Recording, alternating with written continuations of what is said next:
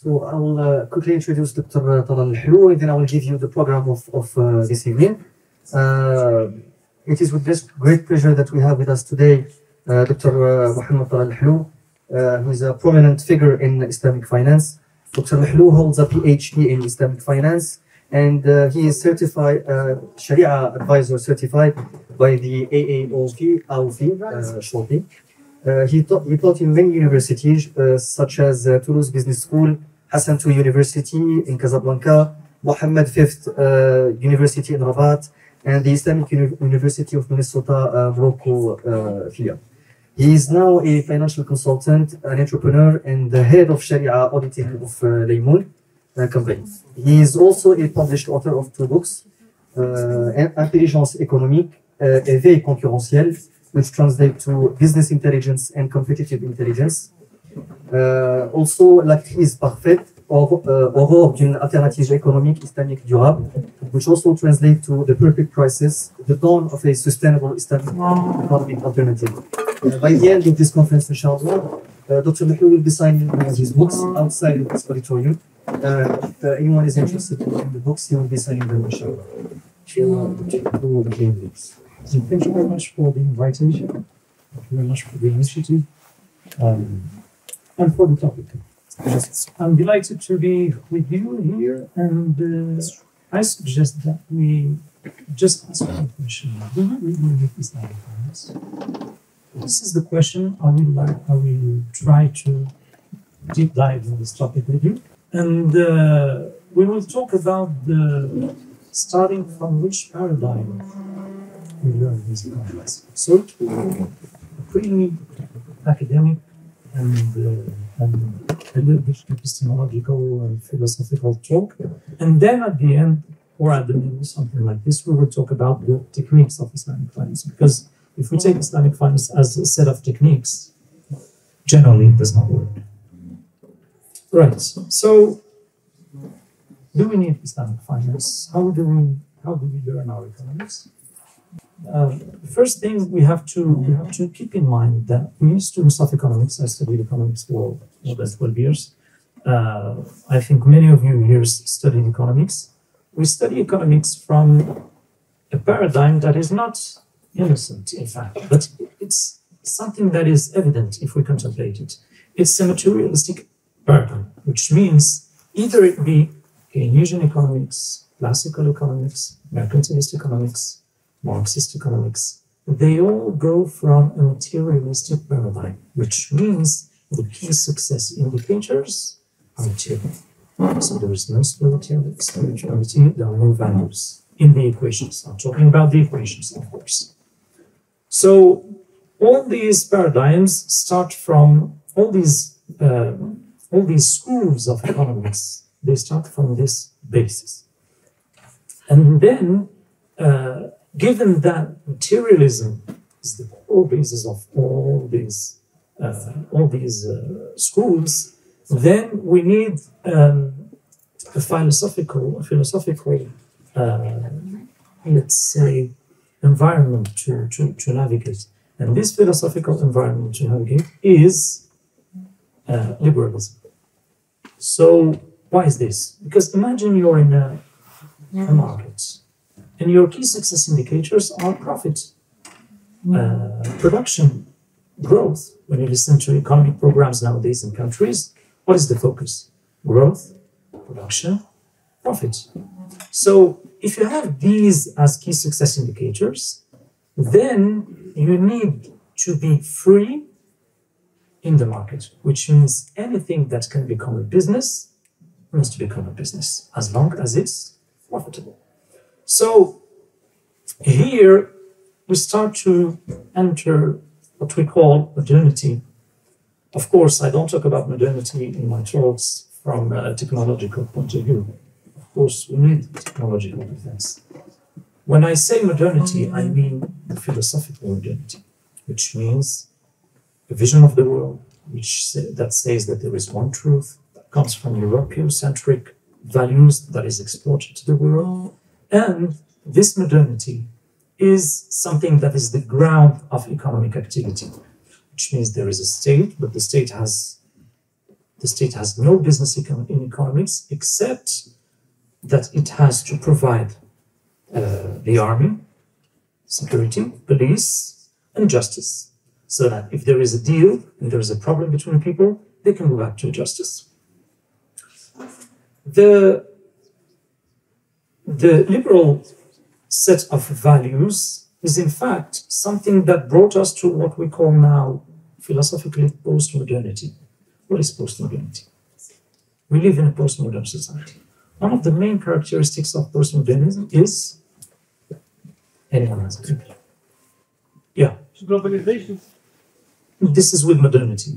One of the main differences between modernity and postmodernity is that modernity that came from what we call the Enlightenment era from Europe is that there are universal values. There is a universal truth. There are universal human rights, etc., etc. So there is an objective reality and other realities around Europe that must compare to this reality. In postmodernity, there is nothing such as truth. There is emotion. There are points of views. There are positions. Truth is a relative thing. يعني كل شيء يناقش. Tout est relatif. And then, if there is no objective truth, then you see how this will start to connect with Islamic finance. We will come back to this later. So, as we said, key success indicators are material. And in this postmodern world, the set of values start disappearing. So, for instance, if we go to the stock exchange, Bourse. What is the indicator? It's the PER. What is the PER? Doesn't like the PER. It's the, what is, who studies finance here? Come on, guys. PER. F. Exactly, price earning ratio. Thank you very much. So this calculates what? It calculates with the earnings, with the current earnings of the company, how many years you will need to get back your money, the price you invested. So generally, it's between 10 and 15 years. And the price earning ratio, do you see anything like justice in the price earning ratio equation? No. Do you see something like equity in the price earning ratio? No, of course. So these values are not in the set, are not in the equations. That's why, and I put it in the appendix of my PhD thesis. And I'm an economist, so I can say this. Economists will forgive me. Economic students are those who has the lower set of values between all the categories of students. Let's discuss this. I'm an economist, so I know where it comes from and I know where it is. This is a meta-analysis. Do you know what is a meta-analysis? Meta-analysis, what is a meta-analysis? Meta-analysis is the analysis of many analyses. They took many studies, university studies, of course, scientific studies, and they took studies on the economic students. And they made experiments, interviews, etc., etc. And they came to this conclusion. So it's a meta-analysis. So it's a very grounded study. One example, and you will understand.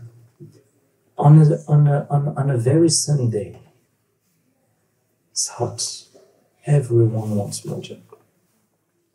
There is one merchant of water, and he increases the prices. Students of medicine, engineering, architecture, arts, etc., they found this, that's scandalous. Except students of economics. Why? Because they see it as grounded in their set of values. Why is this? Because it's the law of the offer and the demand. The brother who read the Quran just here, what did he read? He said, وإن كان ذو عسرة فنظرة إلى ميسور. And it's not finished here. وَأَنْ تَصَدَّقْ خَيْرٌ لَكُمْ. So if the guy who borrowed money from you is in difficulty, give him a delay. This is a principle. This principle is not in the equations of all these schools of economics. But more than that, the verse says, وَأَنْتَصَّدَّقُوا خَيْرٌ لَكُمْ, and give it. And if you're able to give away the amount of the credit, we're not talking about interest here, just the principle. If you are able to give away the debts, then this is better for you. This is principles, values. It's not in the equations. So these students of economics, they are the ones who organize the stock exchange. They are the ones who organize the political economy. And nowadays, if you don't understand economics, you do not understand the world. Don't tell me about politics, don't tell me about social sciences, don't tell me about literature. If you do not understand economics, you do not understand what rules the world. And we will come to this. So these paradigms, these principles, we do not understand in a good way. They're also linked to economics. We have, first of all, we have a scientific, let's say, comment on dit les sciences dures? Natural sciences. We have a natural science perspective and view to economics. So Adam Smith said the laws of economics are like the laws of the physics. It's the same. So you observe the behavior of the people. There's some eco. You observe the behavior of people, and you set up a rule, and this rule applies to the whole humanity. Problem is, the atoms, they don't change their mind all the time. People do. That's why many economists fail to see a crisis coming. That's why the Queen of England, she went to the London School of Economics, one of the most prestigious schools of economics in the world, in 2008, and said, I mean, how did you not see this coming? The crisis of 2008 is one of the perfect examples of a crisis of interest, usually. And she said, well, how didn't you see this coming? I mean, students of economics, PhDs, masters, professors, articles, etc. They didn't see this crisis coming. So they started studying, and from this there was a movement that appeared, which is called the movement of heterodox economists. They no longer want to study economics from the classical perspective. One of the main hypotheses of the classical perspective is that the markets can equilibrate everything. Just leave the market alone, they will make everything function very well without regulation. That's what Ronald Reagan, Margaret Thatcher, etc. they applied. So there is this it's a complex of inferiority. Economics, social sciences, these are social human sciences. They are not exact sciences. And economists have to accept this. Either it be in finance, economics, and all the branches of economics. These are social sciences. We give averages, we give probabilities, we don't give exact rules like Adam Smith said. And also, there's this other thing, the fact that we separate the theories from their context. When we study the theory, why do we always have new theories of economics? Because the contexts, they change. Like the humans, this is something totally normal. If we take this into consideration, then there is no issue in having wrong economic theories. And also, one of the main false hypotheses of classical economics is that the human is rational. These are not rational. I mean, I've been studying passions a whole year in my university studies, just passions, one topic of philosophy. Passions are more powerful than rationality. When you want something, I mean, they can put walls between you and this thing, you will go to this thing. I mean, except of the will for that. But the passions, the desires, they are stronger than your logics. That's it. Because your logic is not grounded in chemical stuff.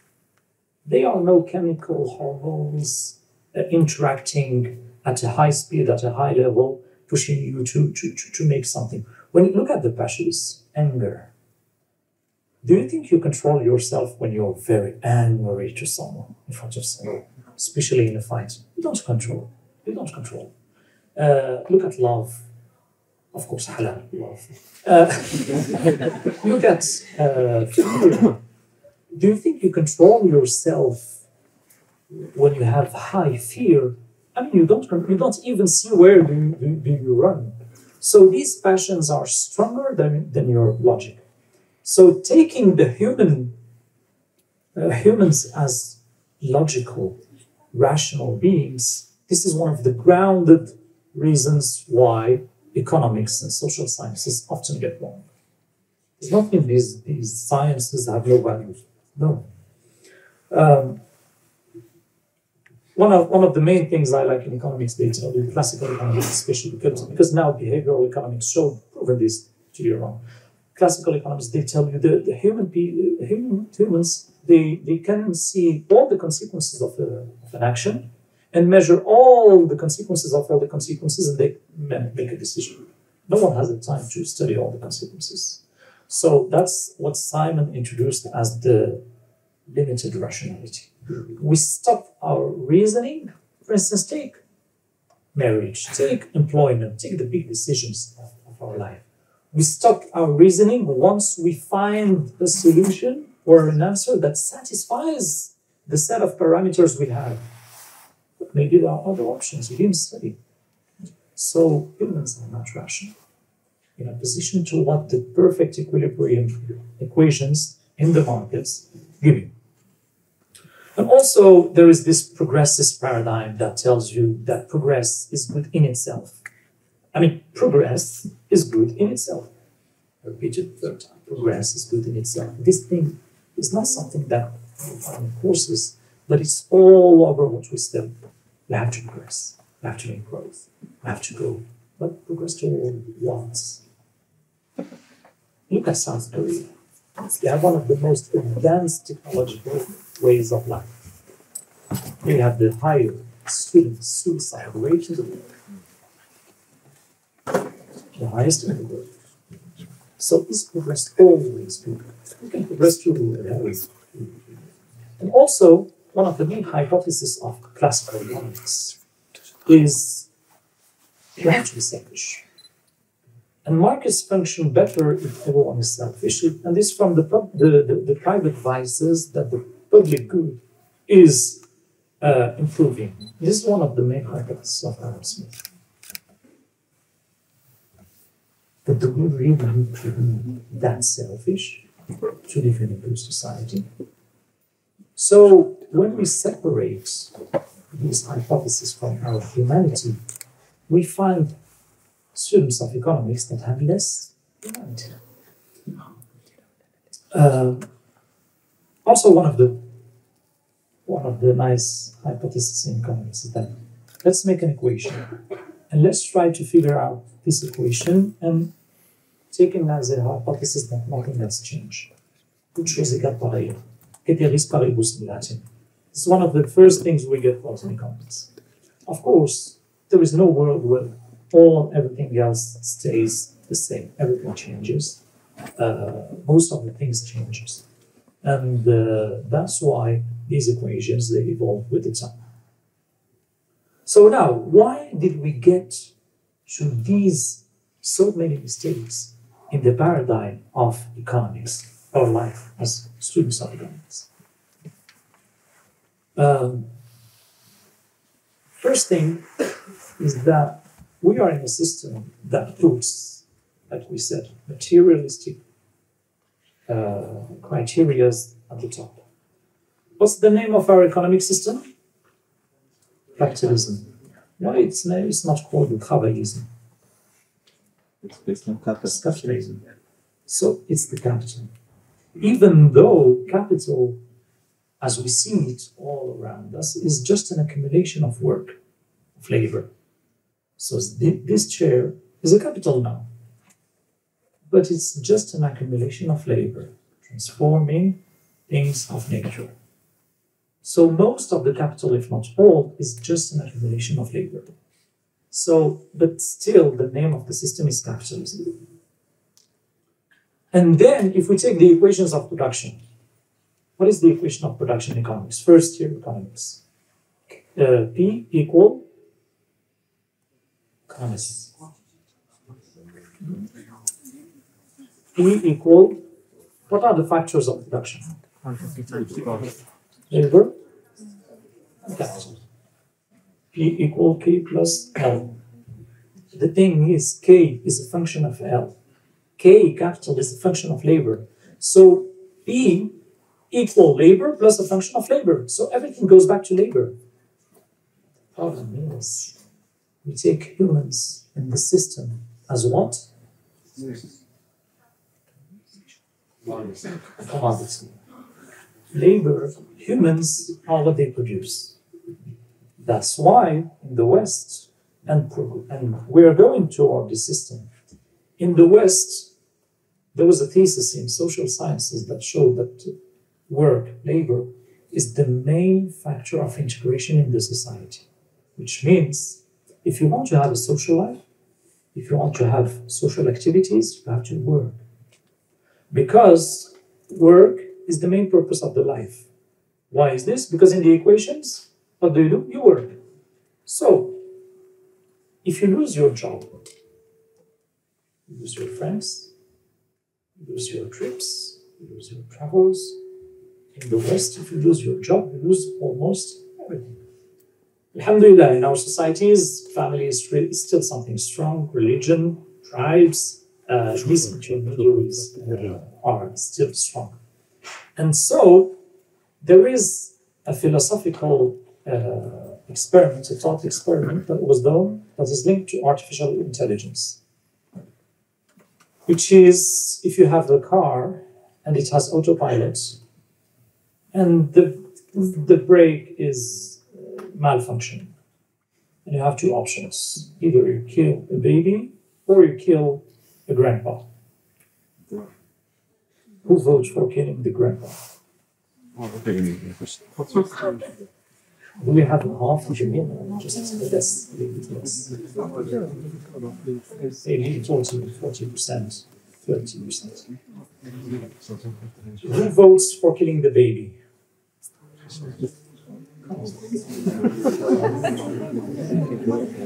Oh, so we have the other ones, they vote for killing themselves, or what is this? You have only two options. This is a thought experiment. You have no other option. So I have to see all the hands. Who votes for killing the grandpa? You don't have any other option. So here we have 80% of the room. Who votes for killing the baby? Here we have 10%. We still have 10% of resistance. In talking about resistance, may Allah really our brothers and sisters in Gaza and Maysir and make their pain, remove their pain. So, this experiment, when it was done in Western societies, Western-minded societies, most answered killing and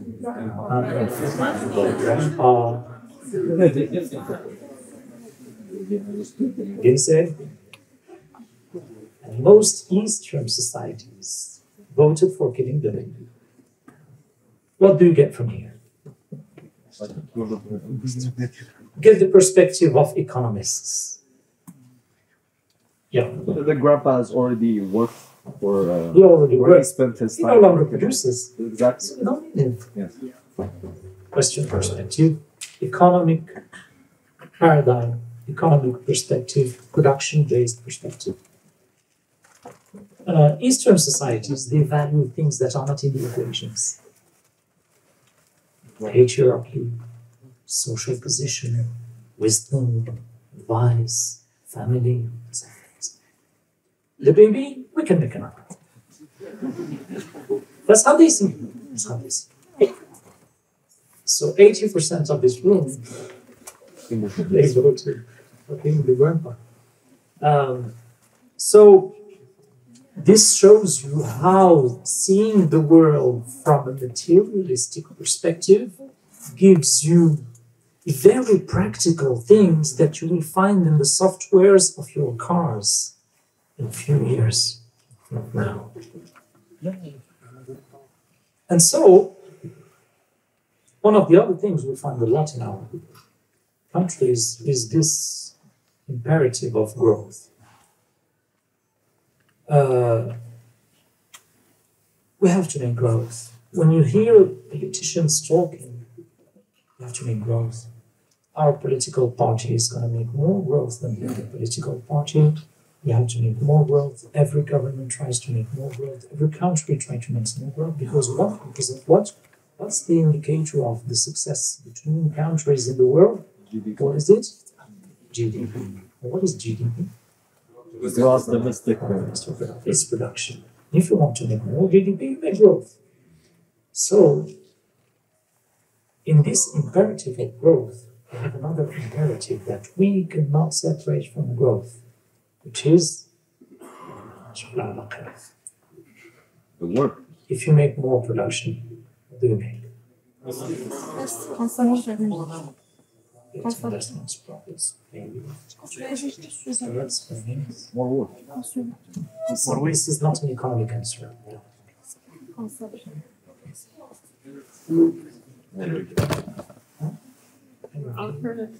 Yeah. What do you make to the planet? Destroy. You pollute more because you produce more. So all the movements that tell you any green capitalism, any social responsibility, etc., as long as there is an imperative of growth, you can't, it's very difficult to produce less because you will produce less. So if you have enough chairs for humanity, we will need more chairs because we will have to produce more. Once we produce more, we will have to sell more. So we have to make more marketing, we will have to make more desires to people, more spending, more debt. There is a factor that is behind. So now we came from pollution, we went to growth, and now we're coming backward again, step backward.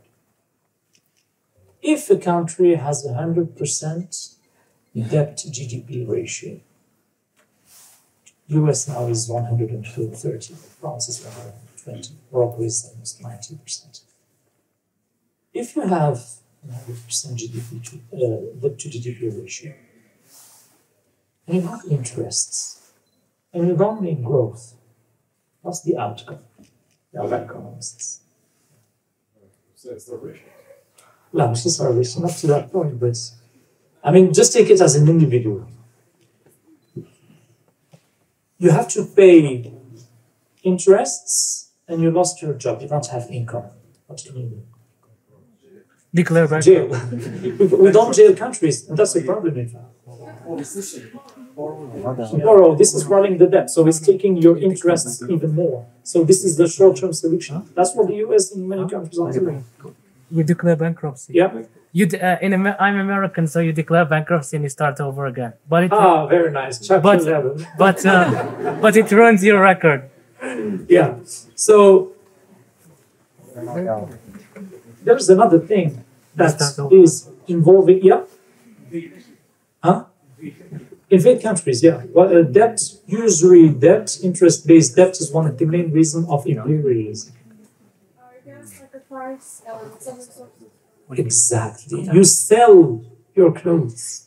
You sell your house. But for countries, it's not clothes and house. It's energy, ports, airports. It's called, very nice word, privatization. Very diplomatic, dear strategic word. So pollution, imperative necessity of pollution, imperative of growth, and behind that, and behind the debt, usually. So, we're coming to Islam. Let's just wait. How did we come to this? First, we start studying economics from modern Enlightenment, westernized, colonial perspective. Who knows the Maqrizi here? Who knows the Maqrizi? No one is an economist. He's maybe one of the top 5 prominent economists in the whole 14 centuries of Islamic history. So we study economics from one perspective. That's why in Latin America, there was a whole school of thought called decolonial studies. They go to the programs, education, philosophy, history, and they take all the colonial things out of it. For instance, when you take a map, what is the country that is on the top? Yes.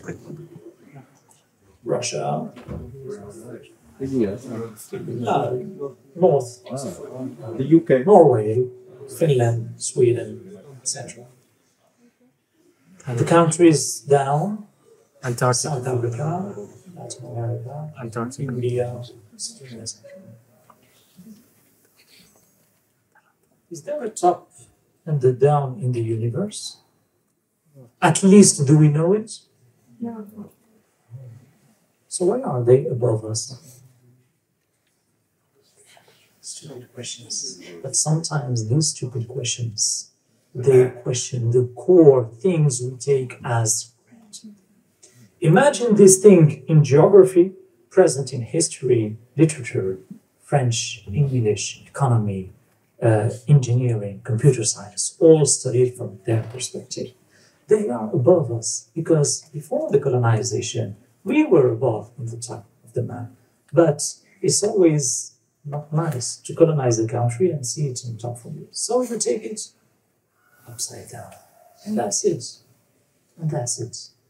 And this thing is spread all over our programs. Our programs are just not designed like this. So then, when I come to a faculty of economics and I tell them, who is the first economist? The main answer is Adam Smith. Thank you very much. Yeah. The answer is this. I mean, come on. Did economists start with Adam Smith? Didn't you read Ibn Khaldun? Didn't you read crises? Didn't you read Aristotle? I mean, Aristotle is talking about economics in a quite detailed way. Cranatistic, 2 ways of economics. One is of optimizing the local resources. One is about accumulation. It's called cranatistic, and this is the bad economics, accumulation. What's the purpose of nowadays economics? Accumulation. So, what I want to say is that we're not here by coincidence. It's a lot of the strat of layers, a lot of layers of colonial programs, colonial. I mean, it's very nice when you go to university in the UK and you find Oriental studies. How cute, how beautiful. Egyptology. But behind these studies, these departments were first designed by the politicians whose objectives were to colonize these countries and to understand their culture before entering. That's why Lord Cromer, who was the representative of the UK in Egypt in the beginning, 100 years ago, what did he say? He said, 100 years ago, he said, nowadays, the common Egyptian man, Mr. Plumwood, the common Egyptian man is closer to us, British, than to an Azhar scholars. This was اليوم now it's not even useful to talk. So there is the colonial objective is to study the topics from one perspective. So if you study economics, I talk about economics because this is one of the only things I know. Excuse me for the rest. So if you study the economics and you start the first year, Adam Smith, David Ricardo, John Baptist Say, and it just names like John, David, Jeremy, Paul, Stuart. You finish your masters and you say, what did our civilization bring to humanity? At least from a economic perspective, nothing. All their names are Latin names. So, why do we talk about Islamic finance?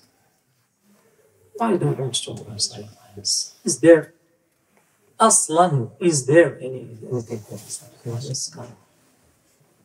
Their name is John, Paul, Pierre, David, etc., etc. These are the economists. These are the guys who changed our lives with their theories, with their books, with their...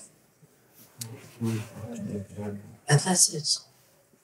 If you take philosophical fields and you take the Arab philosophical thinkers, the Middle Ages, classical ages, because Middle Ages is for Europe, from a European perspective. From our perspective, it was golden ages. If you take these guys 10th century, 11th century, and you compare them to the best philosophers of the 19th century, and you can take Nietzsche, you can take before him, Kant, you can take the best. These ones, if you master the knowledge of these ones look like students. This is philosophy.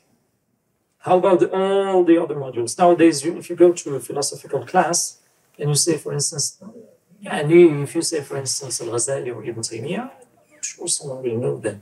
I'm not sure someone will know them. So, we have at least to have some humility. Rediscover, look from different perspectives. And why not talk about Islamic finance? Yeah. So now, let's come even closer to economics.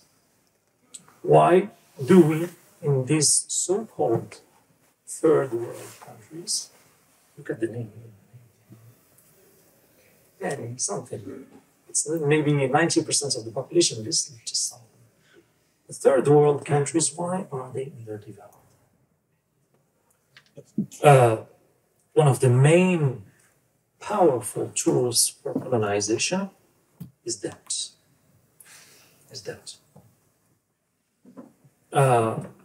I have a video for those of you who have social networks.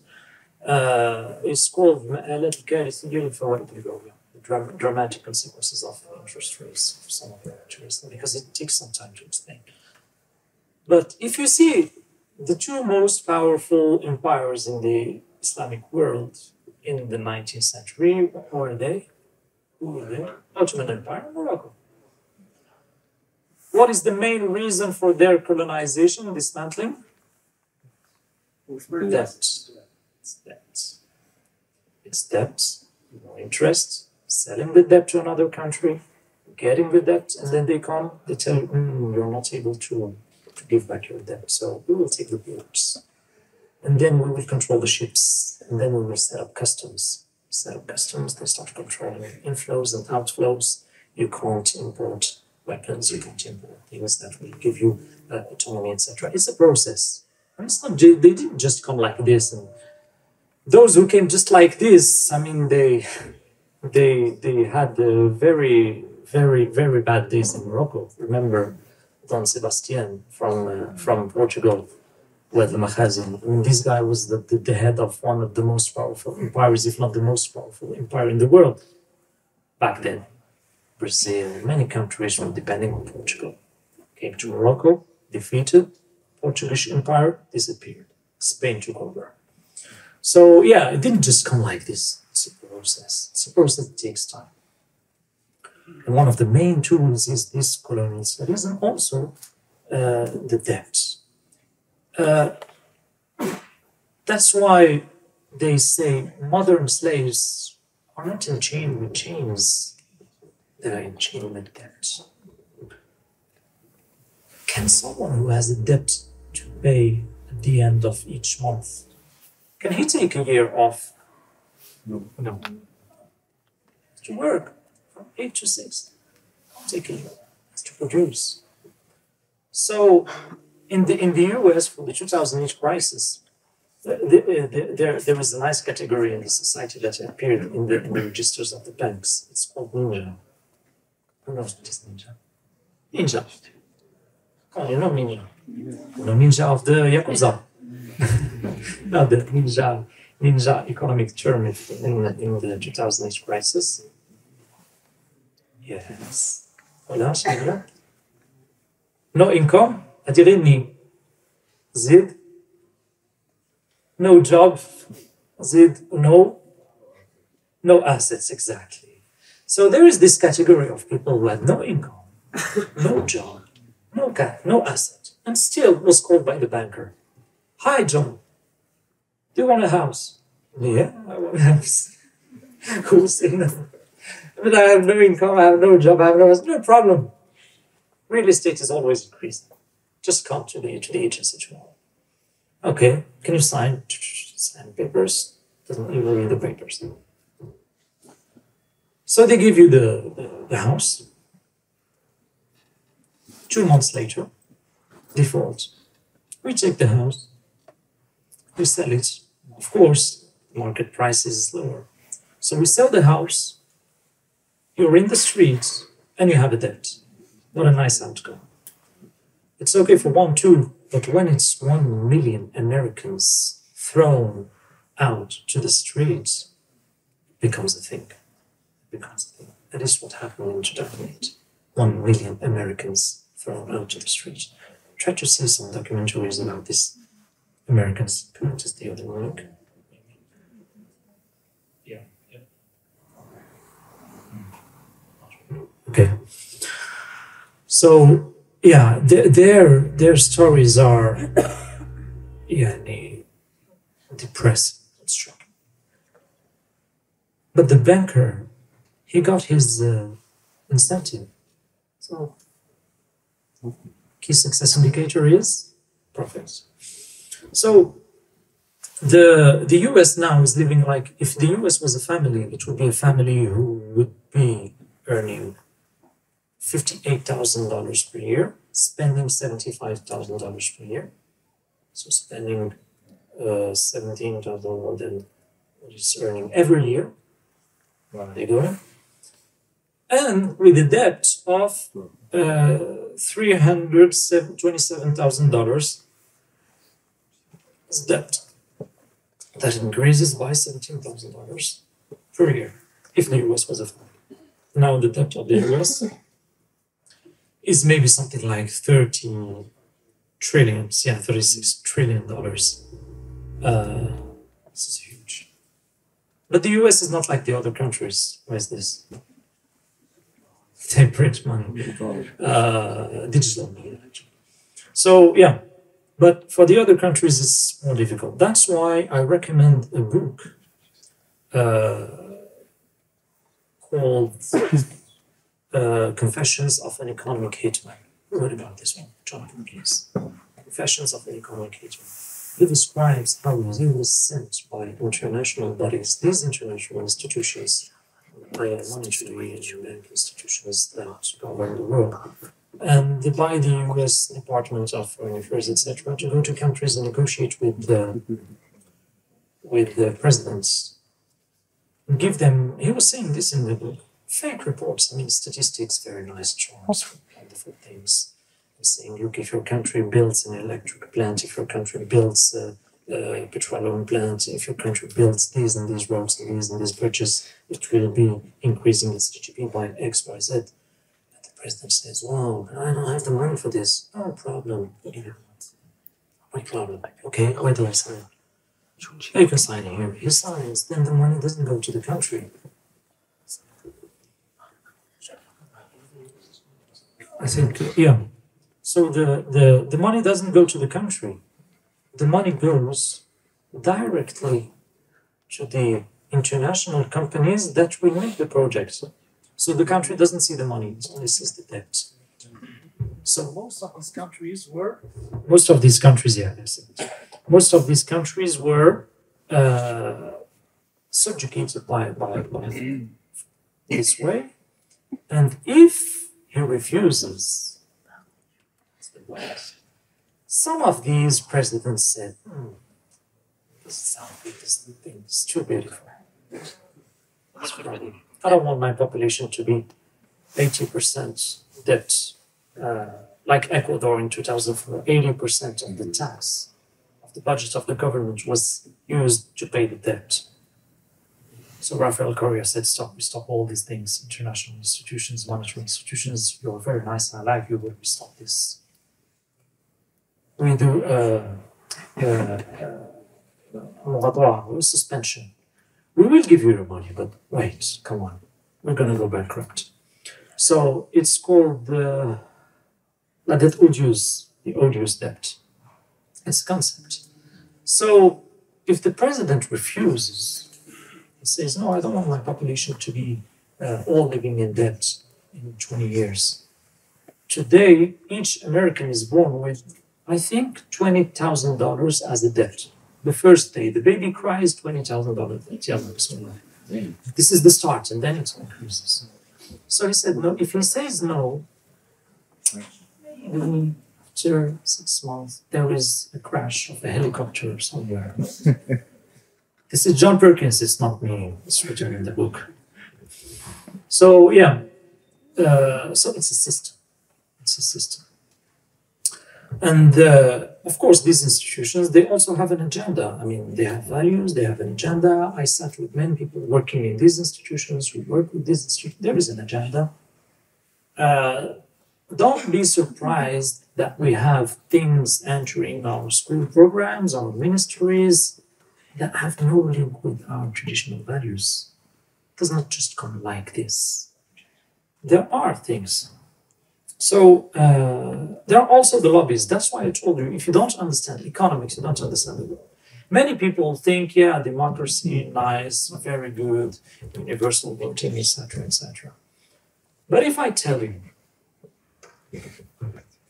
the highest concentration of lobbies and spending of lobbies is in 2 cities in the world, can you name them? Washington and where is the decision made in Europe? Belgium, Brussels.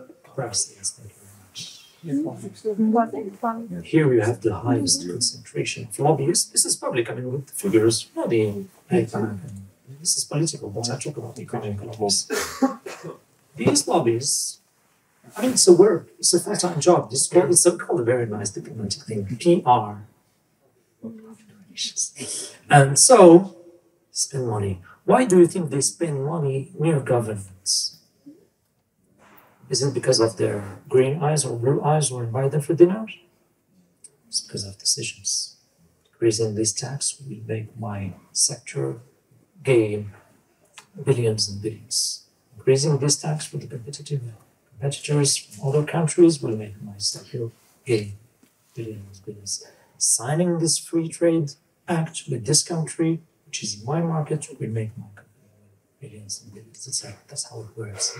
So we're not living in democracies. We're living in plutocracies. Plutocracy, what is plutocracy? Pluto is the Greek root for money. The government of money. Some call it lobbycracies.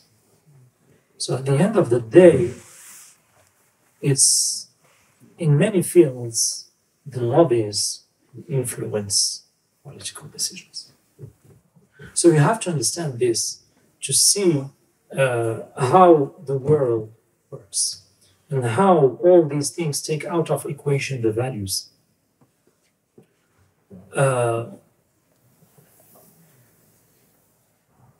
There is a thing that is affecting the economics now, which is the metastasis, I call it like this, the metastasis of the banking sector. Because I see interest rate-based debts as a cancer. It spreads. It can't be sustainable if it does not lend to more people. So to make more profits, the banks need to lend to more people. This debt is inflating the financial sector. That's why in the pre-modern societies, we had the society, and the economics is something that is working for the society. And then we have the financial sector that is working for the economy. Now we have taken the pyramid upside down.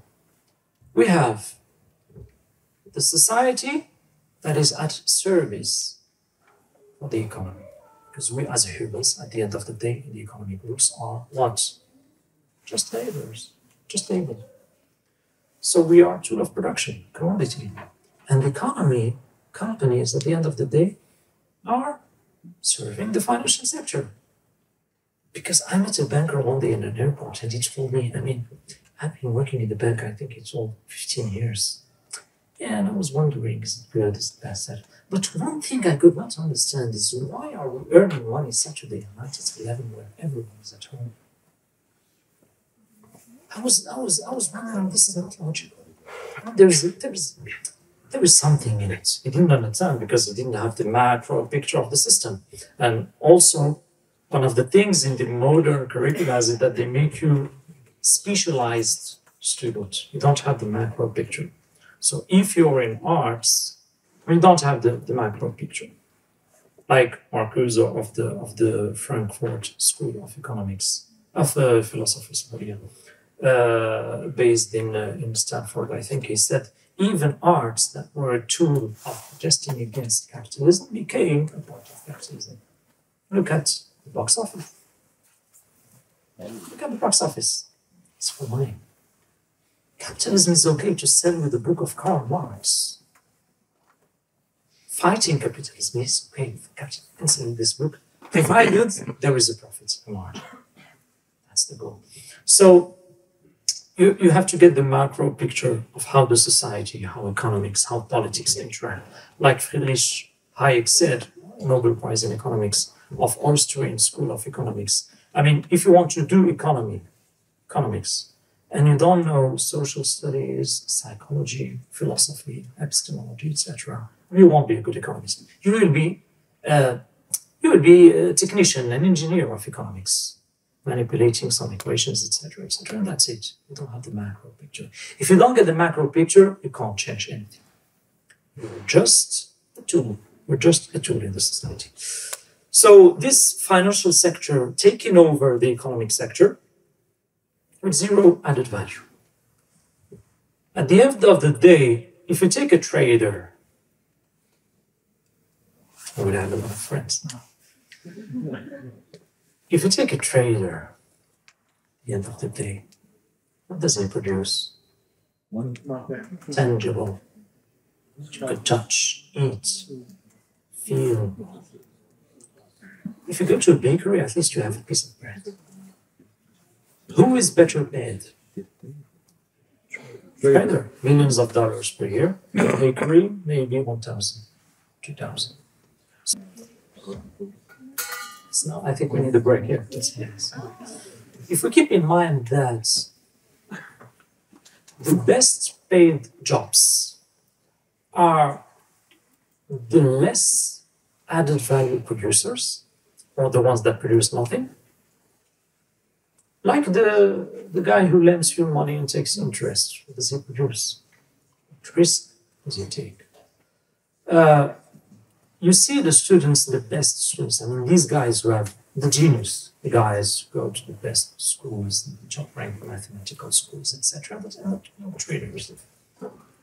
Many of them end up being traders instead of engineers in computer science, in agriculture, in I don't know what, in rocket science, etc., things we can use as humanity. They end up being traders. But they produce nothing.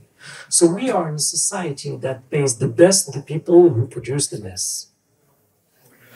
So this inflates the financial sector. This financial sector, of course, is eating from the real added value you guys produce. Professors, engineers, agriculturists, entrepreneurs, startups, etc., etc. So these guys produce real added value. So it's one of the things why we need to connect this with Islamic finance, because in Islamic finance you can't make a financial transaction that is disconnected from a economic transaction. You will come. Yeah. So from an economic perspective, now if we take an Islamic financial economic perspective, yeah, and with this system we ended up in the most inequalities, the most unequal world in history. The level of inequalities is the highest in history nowadays, and this pollution is, these things. So, from an Islamic economic perspective, we are in another perspective. we are in لا ضرر ولا ضرار. Do not harm, do not get harmed. We look at the human as a whole, not as an economic factor, like Ibn Khaldun said in Muqaddimah, Chapter 5. Utility is not like Jeremy Bentham said. Utility is not the indicator. Pleasure is not the indicator. Not the sole indicator, at least, of value.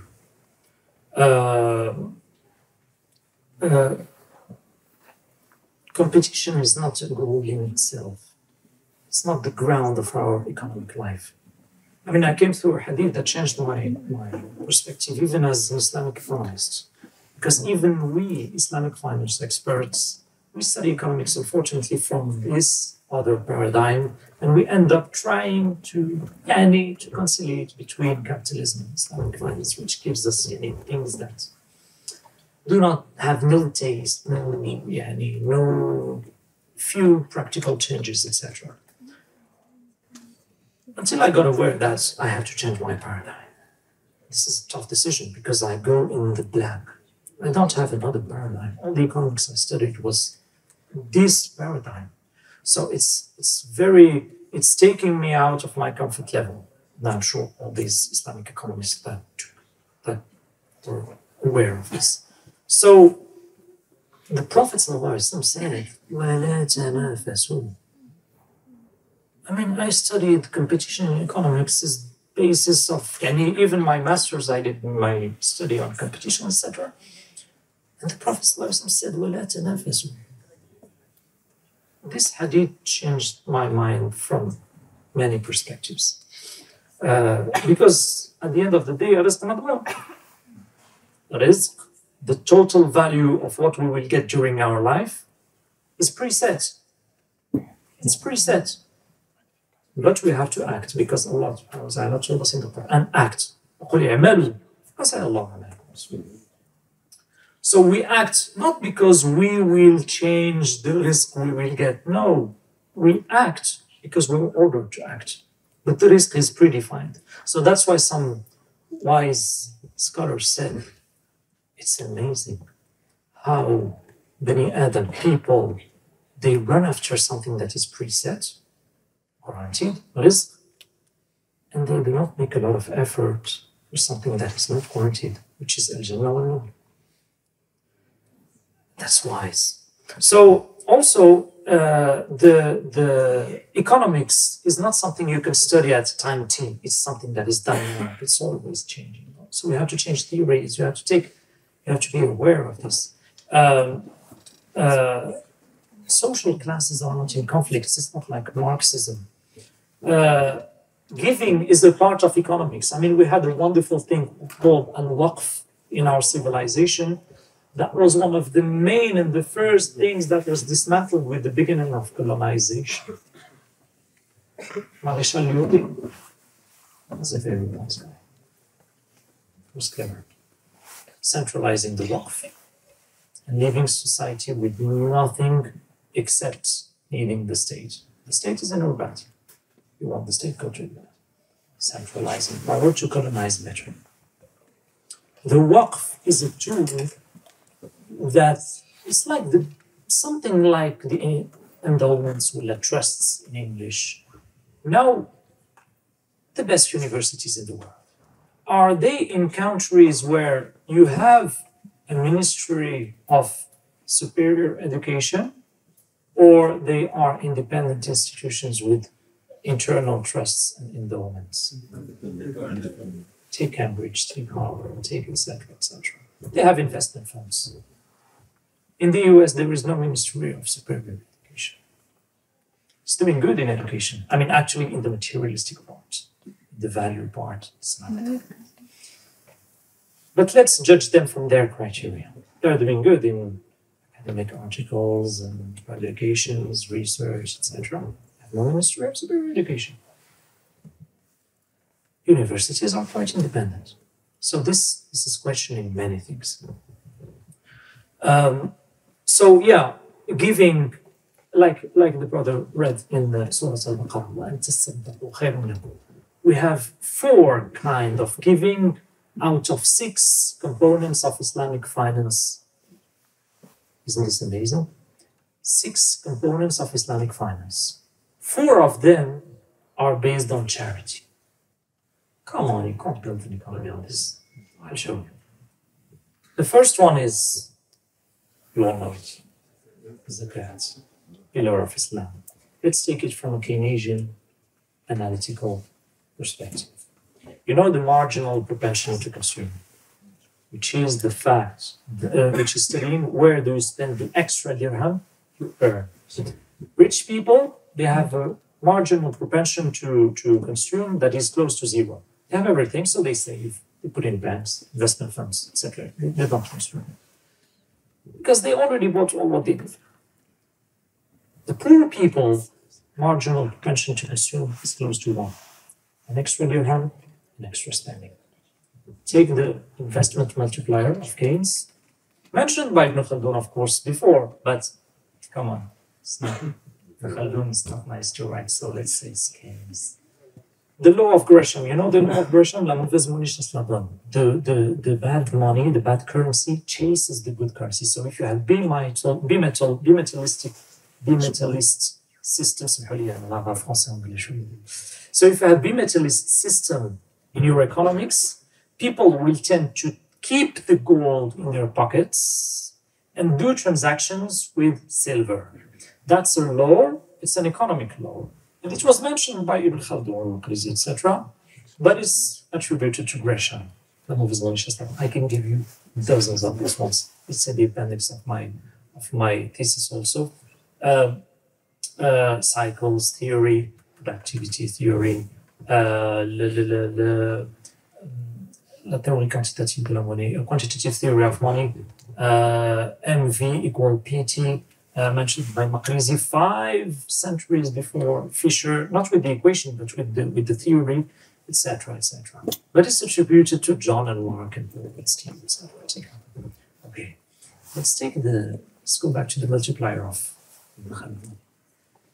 what does it say? When you invest, you get more production. Production gives you more consumption, demand, and then it goes like a snowball. This is the investment multiplier. And so it boosts all the economy. That's why Keynes, in opposition to liberals and classics, said the state have to spend. Of course, you can't agree along with this, but still. So when the poor person takes this extra dirham, he spends it. Multiplier of investment. So Zakat contributes to the increasing of the welfare of the whole population. Not only the poor guy you gave Zakat to. Zakat. This is an intra-generational solidarity, which means solidarity between the rich people alive and the poor people alive. Waqf. تحبيس الأصل وإسبال الثمر.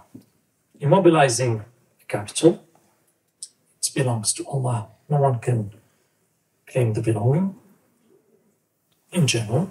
And the usufruct, which means the profits or the rent, etc., goes to a defined class. For instance, women who suffer breast cancer, orphans, disabled people, etc., etc. You define. The Waqf is more flexible than Zakat. Zakat, you have 8 categories, you can't go beyond. Waqf is more flexible because it's an optional charity, it's not obligatory charity. So I have the Waqf. And the Waqf was providing, guess what?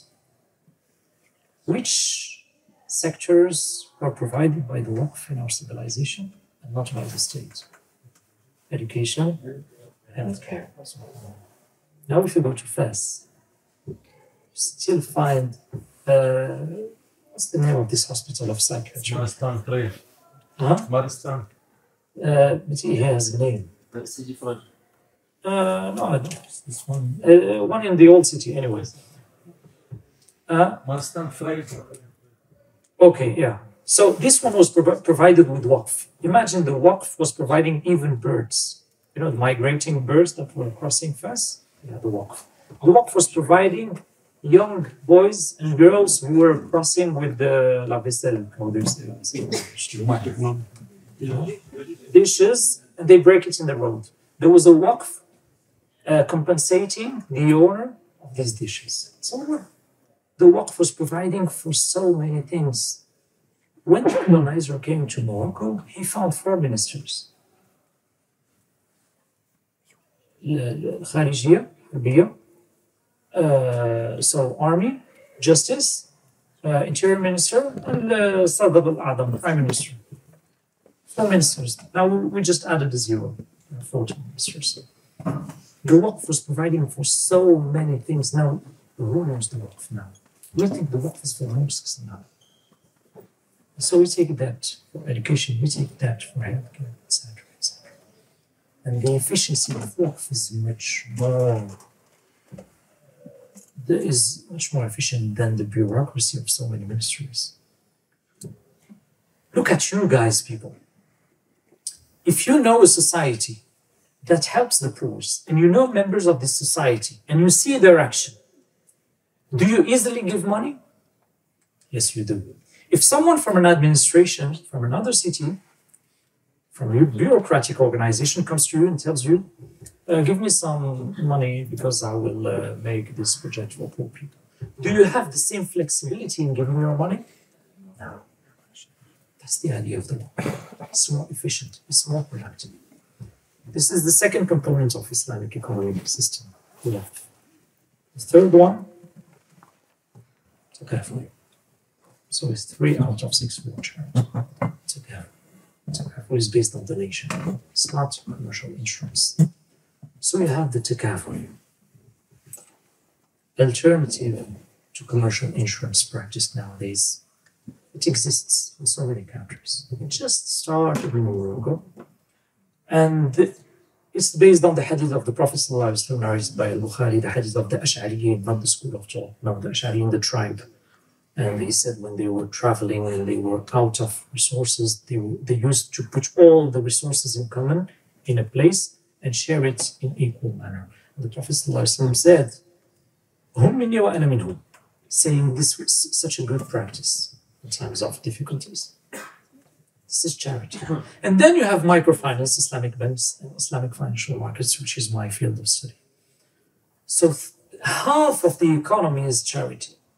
Nowadays, charity is maybe any 5% of the economy, 2, 3, depending on the countries. So look how different is the structure of the economic system. So al-ata wal-sakha wal-rakm, the giving, the altruistic behavior is the pillar, not selfish behavior like Adam Smith stated it would provide for the public good. Of course, private property, of course, collaboration more than competition. Of course, look, in Fes. Why I quote Fes? Because in Fes was called Madinatul Ilm, and Fes al-Ilmiya. So we had a lot of scholars. And the fact that there were a lot of scholars, it influenced even go to the souk of Fes and go to a souk, don't quote any city, not to have a backlash. Go to a souk of another city in the Morocco and just listen. How nice the wordings of the people are in the souk of Fes and the words we'll hear in other souks. This is some heritage of this ilm, the power of ilm in society, of ethics. So in Fes, in maybe even today, you can go to a shop, maybe at afternoon, and he tells you, just go to see Sidi Flam because I'm a bit busy. I made my day, alhamdulillah, and Sidi Flam didn't sell anything today. I mean, from a capitalistic, competitive point of view, this makes no sense at all. This makes no sense at all. Because it's not in the equations. So, of course, there is the regulation. So, freedom, liberalism is not the paradigm. The Sharia is the whole paradigm that is regulating everything. But then inside you have free market, of course, framed by Sharia, of course. One of the main hypotheses of economics we study in economics is scarcity. Desires of humans are unlimited, so needs are unlimited, and resources are limited. Allah subhanahu wa ta'ala says this in the Quran, إِنَّ كُلَّ شَيْءٍ خَلَقْنَاهُ بِقَدَرٍ. So everything is well, precisely created in quantity. So the problem is not scarcity. Today we produce on Earth what is enough to feed 12 billion people. We are 8 billion people. We have 1 billion people that's not eating well. Malnutrition or sous-nutrition, either starvation or malnutrition. So is the earth the problem? No. Are the resources the problem? No. The problem is the optimization, the system that makes one guy eat and throw 90% of the food, and another guy starving. Nabi Sallallahu Alaihi Wasallam says he's not a believer, the one who sleeps in his neighbor is starving. He's not a believer. Kamal Iman. So here we are entering the Islamic financial system. Prices are defined by the market, of course. People are enjoying what they do. They are not forced to work. They work because they want to work. They like to work. They provide for themselves. In the Islamic civilization, the ijara was not the basis. The basis was tijara, entrepreneurship, not ijara. Ijara was an exception. I mean, there were many people working with other people, no problem in this, but it's not the basis. It's a society of entrepreneurs, of businessmen. I don't call them traders because now trading is referring to another field. Businessmen, entrepreneurs. That's how society is made. This entrepreneur, this businessman, if he wants and can afford 1 year off, he will do. I don't know, شنقيط يطلب العلم. Go to I don't know which city to study what he wants. You can. It's a possibility. So you have more financial independence, more freedom. Of course, financial independence is taken in a set of values. We're not asking everyone to be financially independent, but in the family, the whole family as a whole have to be financially independent. And those who receive this message must do this.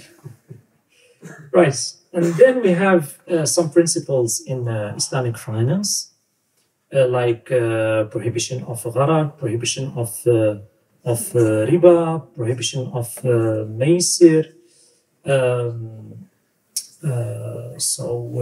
We can't, I mean, nowadays in Morocco and in many Arab countries, the qimar apps, the gambling apps, they are doing something like crazy in the youngsters, in the young people. And you can have a guy in his home, ربما ملتزم, praying, reading Quran, and his kid is just nearby and gambling in the smartphone. It's tough. It's a tough situation. Of course, riba is forbidden. I will not deep dive in the riba concept because I think all of you know it. Those who have objections, they can ask in the Q&A session. Because we're getting close to the end of intervention.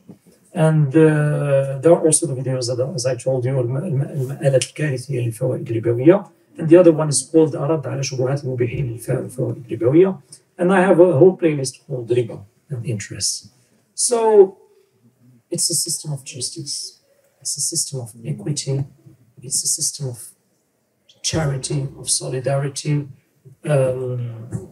It's a system where money is not a commodity, currency is not a commodity. Like Ibn al-Qayyim said, etc. Like he said, if the currency becomes a commodity, the society will go wrong. Also, there is no separation between economy in finance, no separation between economy and money flows. You can't. I mean, you can't invent CDOs and CDO square, CDO cube, collateralized debt obligation in Islamic finance. It's just impossible. You can't, because selling an interest-based debt is prohibited. فما بالك يعني, what about a square debt sale? So today in Morocco, they launched the secondary market of doubtful debts. So it's a Riba square system. Because doubtful debts is forbidden to sell them in the primary market. So now they started the secondary market of these debts. And we're going. In Islamic finance, we put in the equations things besides, other than production factors. These things I told you. And of course, we fight monopolies. And we have many set of transactions that can answer modern needs like musharaka, mudaraba, ishara, istisna, salam, mugharasa, sukuk. We have so many of these transactions. Musharaka, for instance, is venture capital, joint ventures. Mudaraba is entrepreneurship for entrepreneurs. Istisna is for building infrastructure. Sukuk is for raising funds, etc. So we have all these answers for all these modern needs. But some modern needs, we won't answer them. I mean, if you tell me, give me the Islamic collateral of gambling, I will tell you it's forbidden. Can't do gambling in Islamic finance. As well as we can't do debt with interest. Does it mean that time has no value? Of course, no. Of course, no. Time has value. Time has value.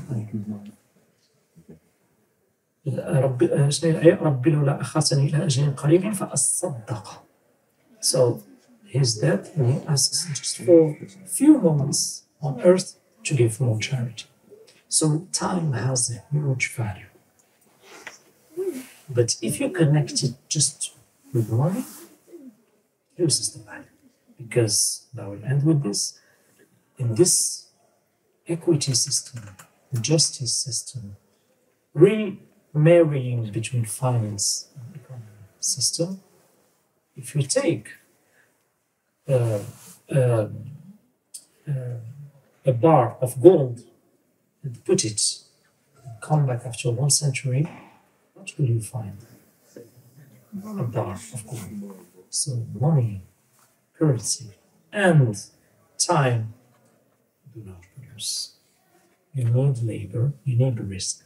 And that's the core of Islamic finance.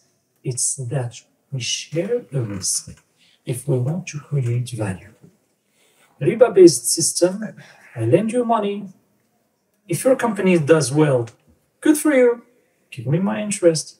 If your company goes wrong, or if your country goes wrong, you can sell your clothes, you can sell your company, you can even sell your wife.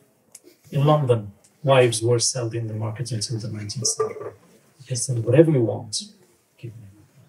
It's not the Islamic finance. We share the risk. It's equity, it's justice, a long time ago. Thank you very much.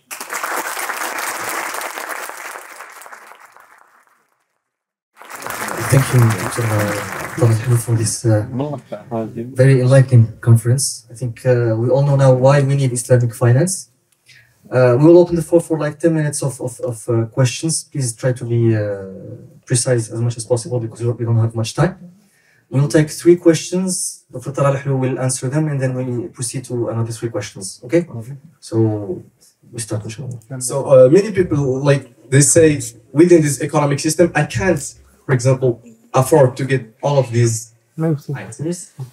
It is true. So the solution is at the end for the majority, even if they testify that La ilaha illallah, and like unfortunately these days, like we are trying to convince Muslim people with Islam, which is something bad.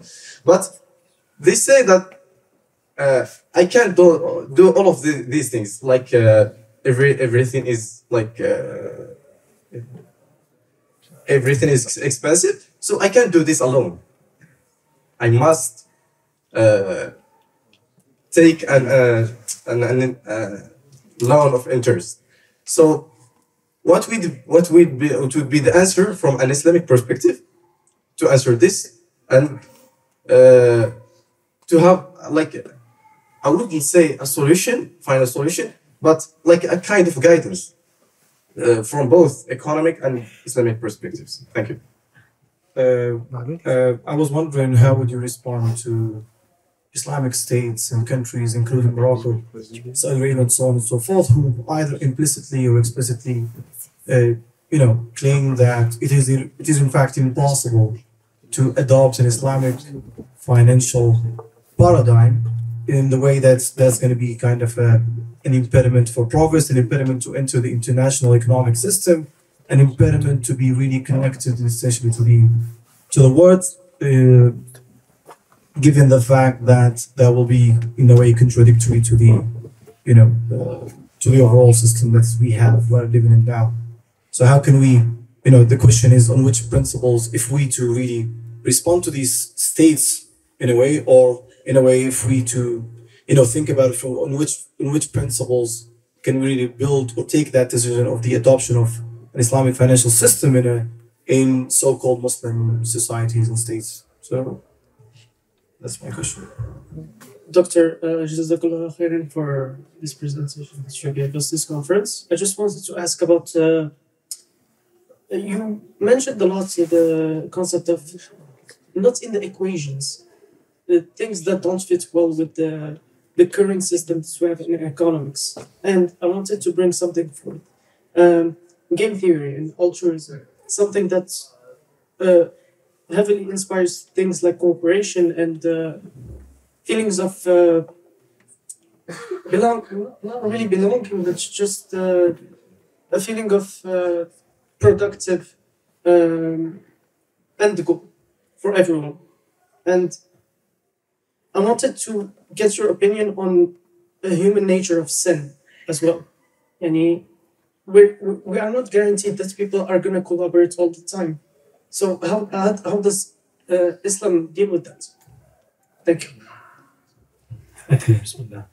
So, yeah, the American dream is rolled out. Things.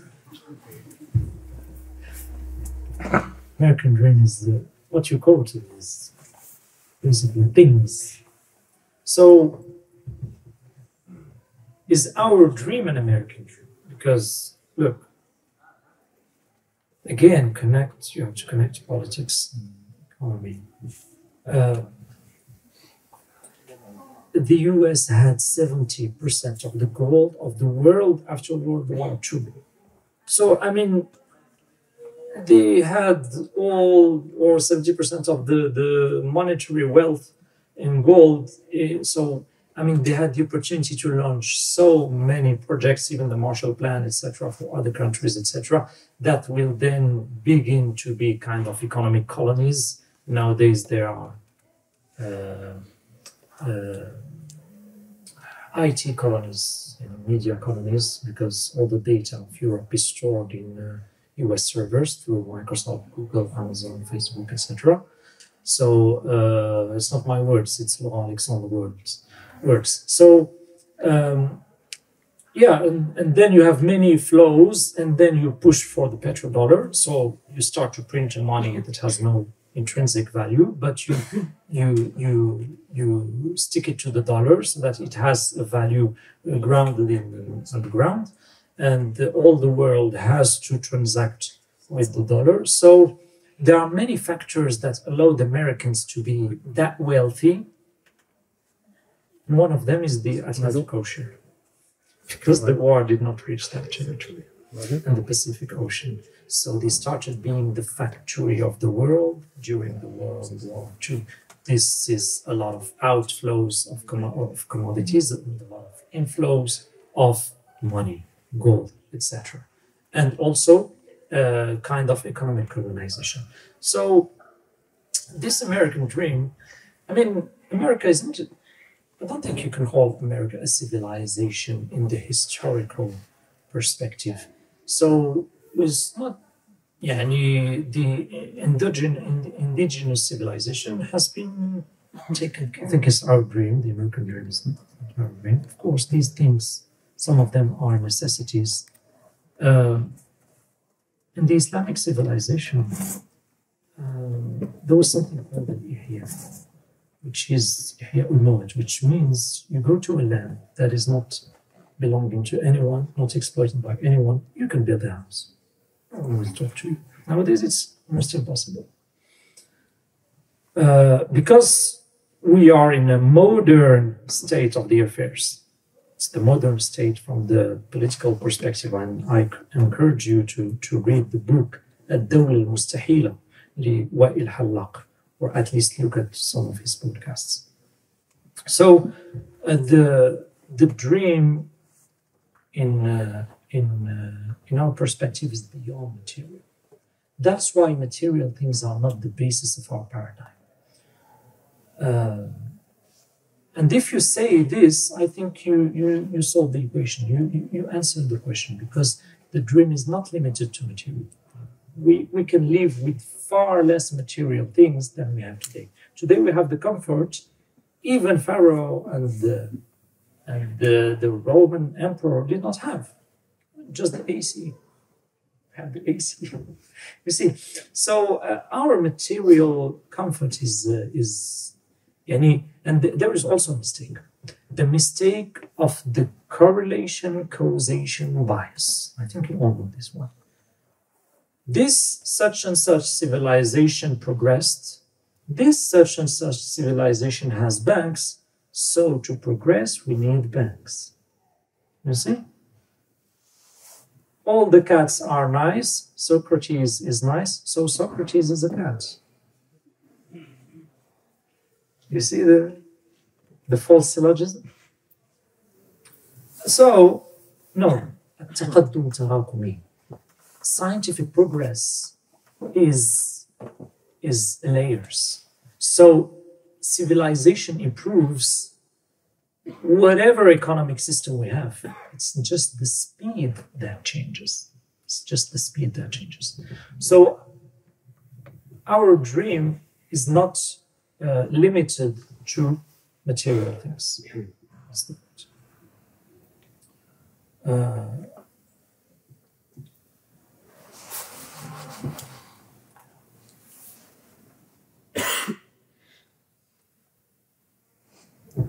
Yeah, second question. And remember the law of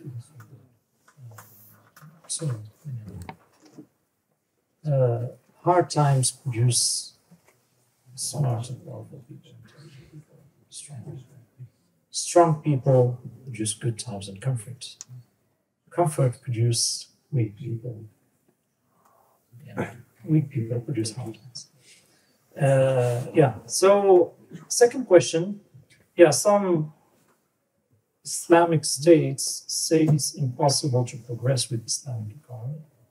I'm not aware of many Islamic states. Actually, we have Muslim states. States that have a Muslim population, but the states that is working with the Islamic principles, I don't know much of them. Saying that it's impossible to marry between this technological progress and Islamic economics. That reminds me of the discussion with the politician, the lady. I think 15 years ago, she told me, I was talking about Islamic, she told me, can we run a country without interest? Come on. I said, it already exists. Actually, it existed for 13 centuries.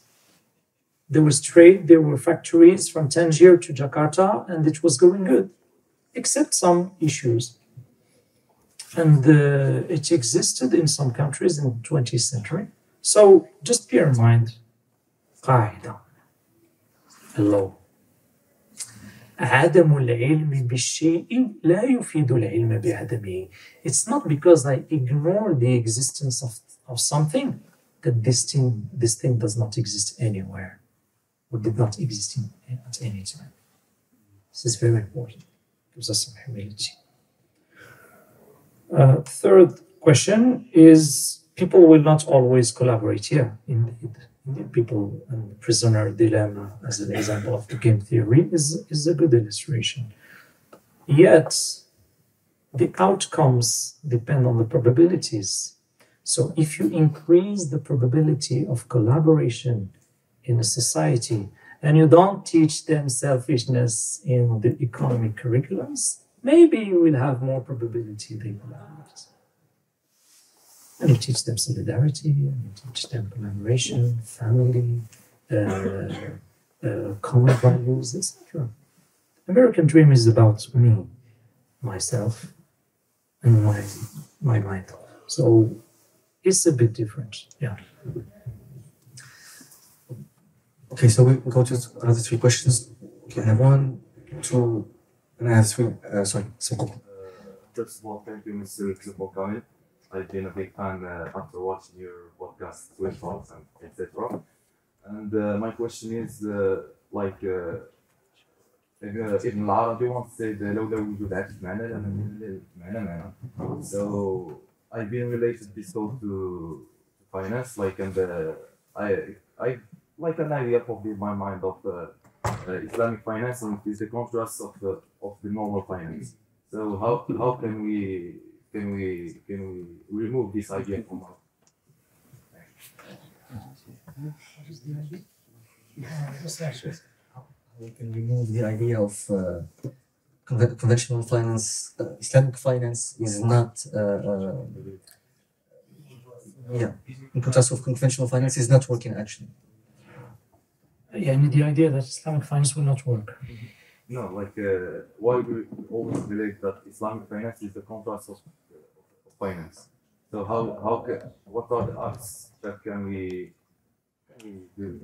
What makes it the contrast of conventional finance? Okay. No problem. Contrast. Right. See, I will start with you, and then the second one. Where are you from? Me? Hmm. I'm from Canada. Canada, okay, great. Right.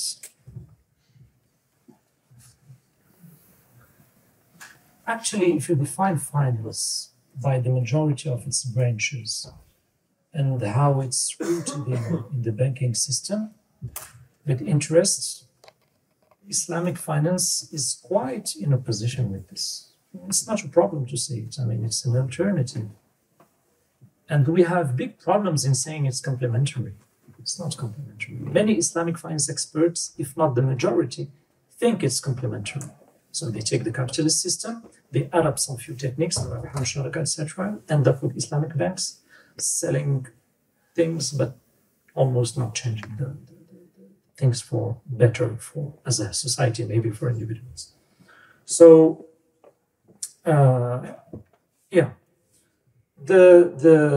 it's quite in contrast, but it's not a problem to say it. I mean, when you say the current of degrowth or steady-state economics is in opposition to the paradigm of necessity of growth in economics, it's in opposition because they have an opposed goal. So it's okay to say we are in opposition to the riba-based system, a system where money produces money. Like Al-Ghazali said, إذا ولد المال والمال فالولد ابن الزنا. If the money begots money, then the begotten is a son of adultery. So the money does not produce money. Money is a tool, is an intermediary. And Karl Marx was also quite good in diagnosing this disease that is infecting the capitalist system. Right, the question of inflation, very good question. For the long story, I have a video called كشف أسباب التضخم. The short story, it's first, when you lend people money, just imagine if you kept it in your pocket. If you kept it in your pocket, it would also be touched by inflation, isn't it? It is. Some may tell me, well, I could have invested it and gain. To what I would answer, you could have invested it and lose. So we're in the field of guaranteed return, not potential return. Potential return is risk-taking economy. It's good. We're in the field of guaranteed return. You give 100 and you take back 100. You give 100 and take back 100. This is the first point. If you kept it in your pockets, it would have been touched by the inflation. Second point, inflation as an economic state has two main set of reasons: conjunctural reasons and structural reasons. Conjunctural reasons like earthquakes, policy changes, increase of interest rates, wars, etc. Structural reasons, things that do not change in our economy. Riba. Why do they create more money? Because the banks gain money from lending the money. So there is an incentive with the riba to create more money, to lend more money, because it's a profitable business. So riba in itself is an incentive to create more money, lend more money, and make more inflation. You see, in itself, as an axiomatic thing in the economy. So if you want to cure the disease with what caused it, you won't go very far. It's like curing an alcoholic with a bit more vodka. You won't go that far. Maybe it will stabilize his state for short term, but his lever in the long term will get destroyed. So, like Abu Nuwas said, وَدَاوِنِي بِالَّتِي كَانَتْ هِيَ الدَّاءُ. So cure me with the thing that caused my disease. You can't do this. You can't do this. I think just to simplify this, is the conventional finance is in the business of short-term profit. Islamic finance is in the long-term profit and commonwealth of everyone. It's especially not only in profit. That's one of the big differences. Because the bottom line, you all studied accounting maybe. Bottom line of the account statement, net profits, net income. Right. That's the bottom line. So that's what I'm here as a student of economics. It's to get this net profit higher. That's it. So Islamic finance is not just about this. Now, about the linking between charity and tax. Look, this is a whole topic. It needs a conference. The modern state is what Hobbes called the Leviathan, which is spreading in all the smallest things of your life. And now, with the CBDCs, central bank digital currencies, it will even get inside your wallets. So that maybe, if they don't like you, what's your name? Jihad. Yes. If they so,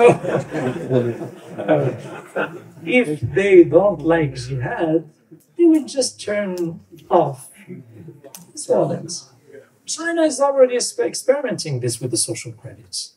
So the modern state is a contradiction, philosophically speaking, for the Western civilization. Because the Western civilization is so-called a freedom society. But if you have a society that is including the modern state, and the modern state bureaucracy is naturally increasing, it's mass surveillance, it's mass involving in your life, then you have less freedom. That's a philosophical question the West has to answer. The freedom in the West is decreasing. The freedom is decreasing. And this linkage, it's grounded in the modern state, genes. If you have a modern state with all these ministries that have to know everything about everything and control everyone who is entering, who is going out, who is leaving, who is, what do you eat? I mean, there are even jokes with this. The guy who's ordering a pizza and Google suggests with this and that and that. How do you know? So the modern state is increasing, and it's difficult to say that in this current state of affairs, this is a charity relation. Because look at what the people do. I don't know if here we have tax students. These guys, they are trained 5 years to know how to pay less tax. They are professional. Tax, no, they call it a nice diplomatic word, tax optimization. Politically correct. Tax optimization. It's nice. But the question is the state entitled to do all what is he doing today? Yani, do we need the state to dig a well in a campaign? If you give it, and this is proven by figures, if you give the money to a society from a rural area, from a village, they dig the well,